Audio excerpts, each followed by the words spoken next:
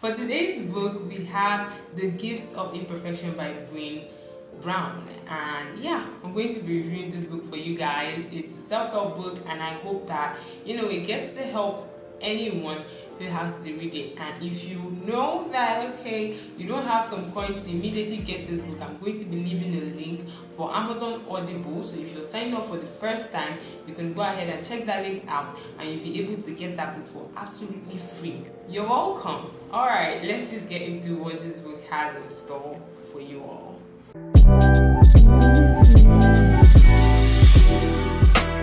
Hey, look, a new subscriber. So the first thing you really need to know about this book is it's a self-help book. I already said that before, that really guides people into, or should I say guides its readers into embracing their imperfections, building authenticity and having resilience in general life or living, or as the case may be. So this book is actually divided into 10 guideposts, and I'm going to be reading out all of them. This is not a substitute for the entire book. It's just a summary and a guide, and just to let you know what this book entails, just so if you want to read it, you can know what you're about to expect. So let's get into the 10 guideposts that this book is actually providing for us in this video. So the first guidepost that this book is actually recommending is to be authentic to oneself. So in this situation, it's just like this book is really telling you have to be able to cultivate self-love and self-acceptance and just grow on your own pace. You have to let go of what other people think about you. You have to let go of what society, deems as norm. You just have to let go of thinking about, what does this person think? What am I supposed to be doing in this situation? And just be authentic, live your true self. And if you get to go through this book, you'll see some of the ways that you can actually do this, that is why you need to check out this book.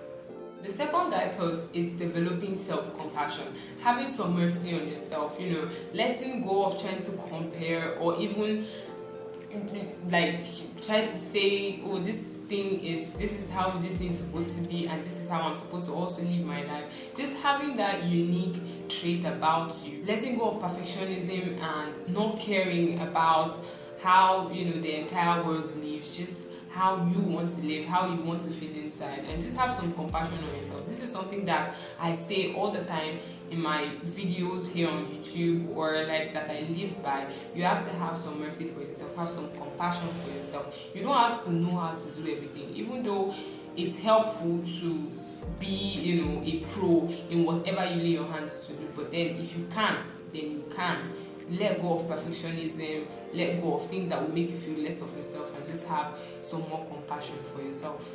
Yeah. The third guidepost is cultivating resilience. Now, you want to be able to put your mind to something and do it. You definitely, when things happen to us, we tend to want to go back into our shells and just stay there for a bit. While that is a valid coping mechanism, you don't want to be that person all the time. You want to be somebody that if this doesn't work, you move up to the next one. If this doesn't work, you go back to the drawing board, you plan again, and you go again. That's the kind of person that Brown is trying to explain. Somebody that doesn't give up, somebody that doesn't go into their shell every time something bad happens. Be resilient. Come out of that situation and move on. Move on to the next thing, move on to the next big thing, move on to the next plan. For letting go and giving up, that is not something that somebody who wants to embrace their imperfection would do. The fourth guidepost in this book is talking about cultivating gratitude and joy, the attitude of gratitude and joy, and also letting go of the mindset of scarcity, this thing is not there, it won't happen to me.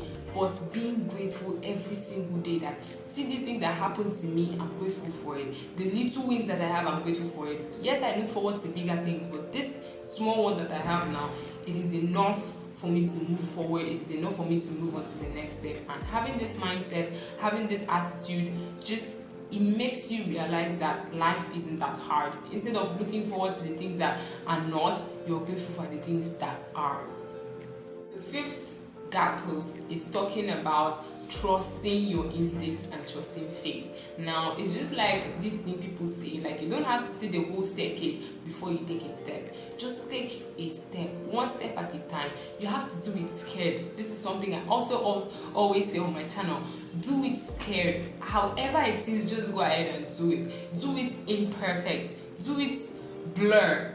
Do it when there is no clarity. Stop waiting for a level of certainty before you chase your dreams or go after your goals or do something that you've been wanting to do. Because if you keep waiting for certainty, you may never hear that clear voice from heaven to say that you should do it.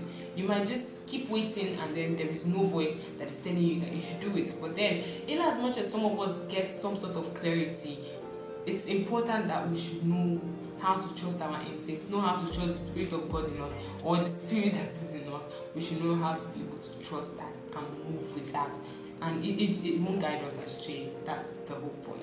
The sixth guidepost is talking about letting go of comparison. This is something that we do a lot, especially with this social media age. We are not able to just focus one post without thinking about how our lives would be if we were that person, not knowing or not minding that that person might be facing their own problems that if you were in their shoes you may not be able to face. So aside the fact that you have to look at every picture or every video on Instagram and you think, oh, this person is going through a lot of people might not be going through a lot, do you understand? But it's just that mindset. Take it off of you and see that not everybody is doing as well as you think they are. You might be doing better than some people, whereas when some people post stuff and they are doing better than you, it only should be a means of encouragement and not something that will devastate you and make you think that you're doing less than you're supposed to do. You're doing better than you think you're doing in reality. To be very honest, I'm saying it based off of the experiences that I've had. You are doing better than you think you're doing. The seventh guidepost that this book was highlighting is talking about cultivating, playing, resting, and also letting go of exhaustion. Like, sometimes you're stressed, and that is where overthinking comes in. That is when you feel like you're not even doing enough. You feel like your life is going to be shattered without some certain moves. When you know when to play, when to work, when to rest, when to let go of exhaustion, then you know how to balance your life. Your life is balanced at that point.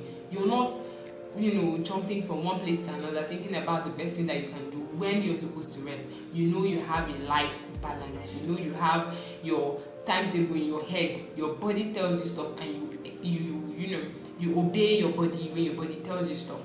And when it's time to rest, you rest. When it's time to play, you play. When it's time to let go of exhaustion, you do. This is something that a lot of us are not used to. I in person, I'm not used to it. Definitely, I do know, okay, go ahead and rest. I do know that. But sometimes I just disobey because, I have deadlines, I have this. And this book is really, giving us a wake-up call and saying, this is what you have to do.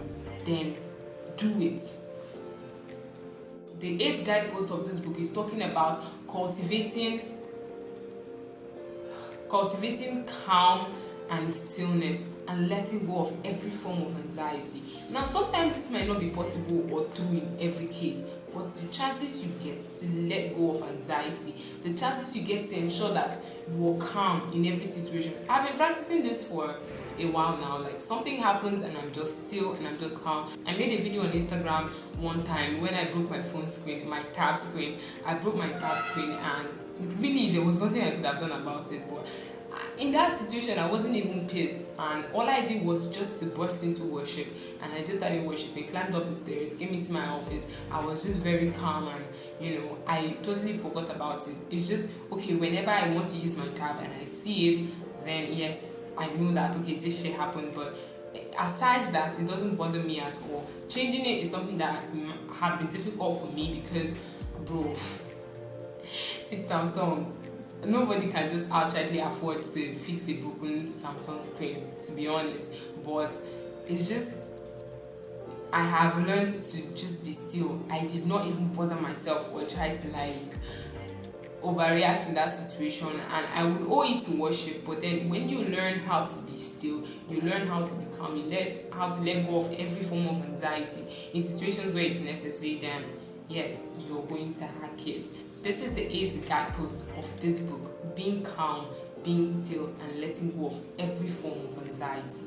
Number 9 is cultivating meaningful work and letting go of self-doubt. Now, the reason why I feel like I can relate to this a lot is because I just posted a video. My last video is talking about my meal importation course, my business startup course that I am going to be launching. Yes, I wanted to launch that course on the 1st of April, but it didn't work, and now we're here, and I've already posted, a snippet of the video, and I am very excited. This is something that I've doubted myself for for the longest of time.